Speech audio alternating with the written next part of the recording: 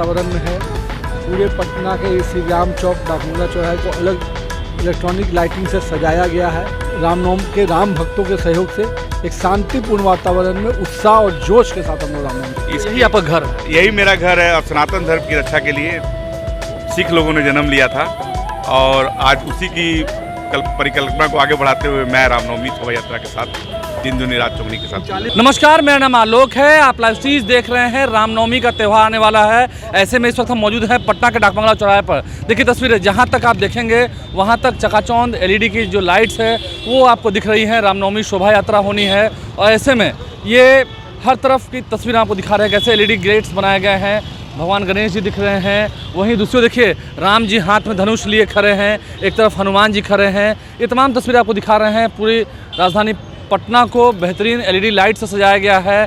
शाम का समय है। पटना का डाकबंगला चौराहे की तस्वीर आपको दिखा रहे हैं, जहां पर खुद बिहार के मंत्री नितिन नवीन, जो कि इसका हर साल आयोजन कराते हैं, रामनवमी शोभा यात्रा अभिनंदन समिति के वो भी संरक्षक हैं, वो यहाँ पहुँचे हैं और निरीक्षण कर रहे हैं कैसे शाम के समय में, क्योंकि यहाँ पर यातायात की जो पूरी निगरानी है वो रखी जाएगी। एलईडी लाइट्स तो लगाए ही गए हैं, सीसीटीवी कैमरा से भी नज़र रखा जाएगा। तो ऐसे में उस दिन पूरी तैयारी होगी। शाम में 5 बजे से जो शोभा यात्रा है वो यहाँ से होकर गुजरेगी। ये पटना का डाकबंगला चौराहा है। श्री मंत्री नितिन नवीन जो हैं वो निरीक्षण कर रहे हैं, जगजीवन सिंह बबलू हैं।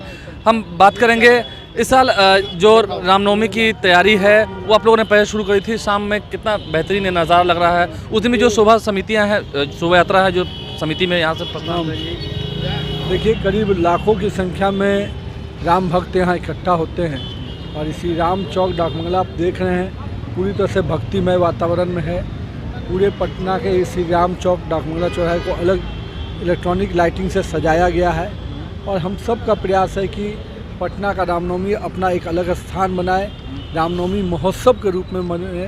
पूरी तरह से एक सांस्कृतिक धार्मिक आयोजन हो जिससे पूरे पटनावासी अपनी पहचान को इस रूप में बिहार की पहचान को। उस दिन तो भजन का भी आयोजन किया जाता है।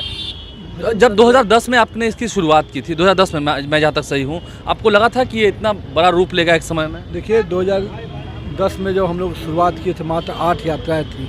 हम लोग को भी कल्पना में नहीं था कि राम भक्तों का इस प्रकार का जन सैलाब एक समय पटना में डाकबंगला पे आएगा।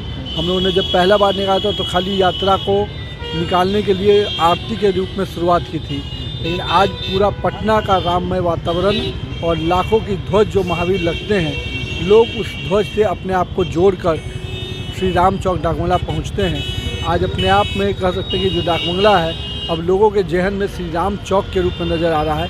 ये एक बड़ा परिवर्तन है और मुझे लगता है कि आने वाले समय में जो हम सब का सपना है कि मुंबई की गणेश चतुर्थी की चर्चा होती है तो पटना की रामनवमी की भी चर्चा उसी प्रकार होगी। एकदम उस मुकाम तक ले जाएंगे निश्चित रूप से। जो पूरी कमेटी और हमारे अध्यक्ष और सब लोग जो लगे हैं और जनता जिस प्रकार से इससे जुड़ रही है, आम लोगों के भावना का विषय बन गया है पटना का रामनवमी। तो निश्चित आप एक मंत्री भी हैं, इस क्षेत्र के भी हैं, यहाँ के आप विधायक भी हैं। तो हिंदू हैं, पहले हम सनातन हैं, पहले हम भारतीय हैं, हम बिहारी हैं, उसके बाद हम किसी भी विषय के लिए और आगे हैं। ठीक है, तो आपने सुरक्षा के दृष्टिकोण से सब चीज़ें देख ली हैं, तैयारियाँ सब? प्रशासन का भी सहयोग मिलता है।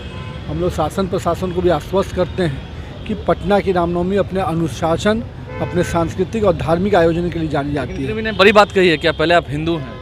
न स्पष्ट रूप से, और 15 वर्षों में जब से हम लोग करते आ रहे हैं पूरी तरह से शासन प्रशासन और रामनवमी के राम भक्तों के सहयोग से एक शांतिपूर्ण वातावरण में उत्साह और जोश के साथ हम लोग रामनवमी मनाते हैं। जय जय सिया राम। जय जय श्री राम। देखिए जगजीवन सिंह बबलू हैं, कितना आनंद आता है, कितना अपनापन महसूस करते हैं लोग? मतलब मेरा जन्म तो यहीं का है और मतलब यहाँ की मिट्टी में रस गस गया हूँ, एकदम पूरा मिल गया हूँ।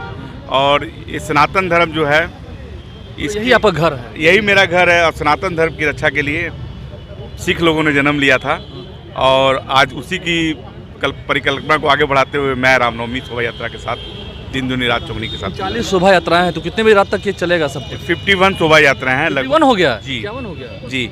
और लगभग रात को 1 बजेगा। 1 बजेगा। महामहिम भी आ गए? कौन कौन से गेस्ट आ रहे हैं? महामहिम आ रहे हैं, माननीय मुख्यमंत्री जी आ रहे हैं और उप मुख्यमंत्री आ रहे हैं और गणमान्य लोग आ रहे हैं। गणमान्य लोग आ रहे हैं, तो उसकी तैयारी की गई है? पूरी तैयारी एकदम। तो देखिए तमाम जितने जो शोभा यात्राएं यहाँ से गुजरेंगी, 51 शोभा यात्राएं यहाँ से गुजरेंगी, उनके लिए कैसी तैयारी है? नितिन नवीन ने बड़ी बात कही है, पहले वो हिंदू हैं, सनातनी हैं, फिर बिहारी हैं, तब फिर जो है विधायक है, मंत्री हो, तो चीज़ बात की है, वो तो जनता देती है, बनाती है। तो खैर एलईडी लाइट्स की चकाचौंध में, इस मनोरम दृश्य की चकाचौंध में आप देख रहे हैं पटना के डाकबंगला चौराहे पर पहुंचे नितिन नवीन क्या कह रहे हैं, क्या दावा कर रहे हैं और कैसा रामनवमी पर इंतजाम रहने वाला है, वो हमने आपको बताया है, सुनवाया है। हमारे चैनल को सब्सक्राइब कर लें, साथ साथ फेसबुक पेज भी लाइक करें। धन्यवाद।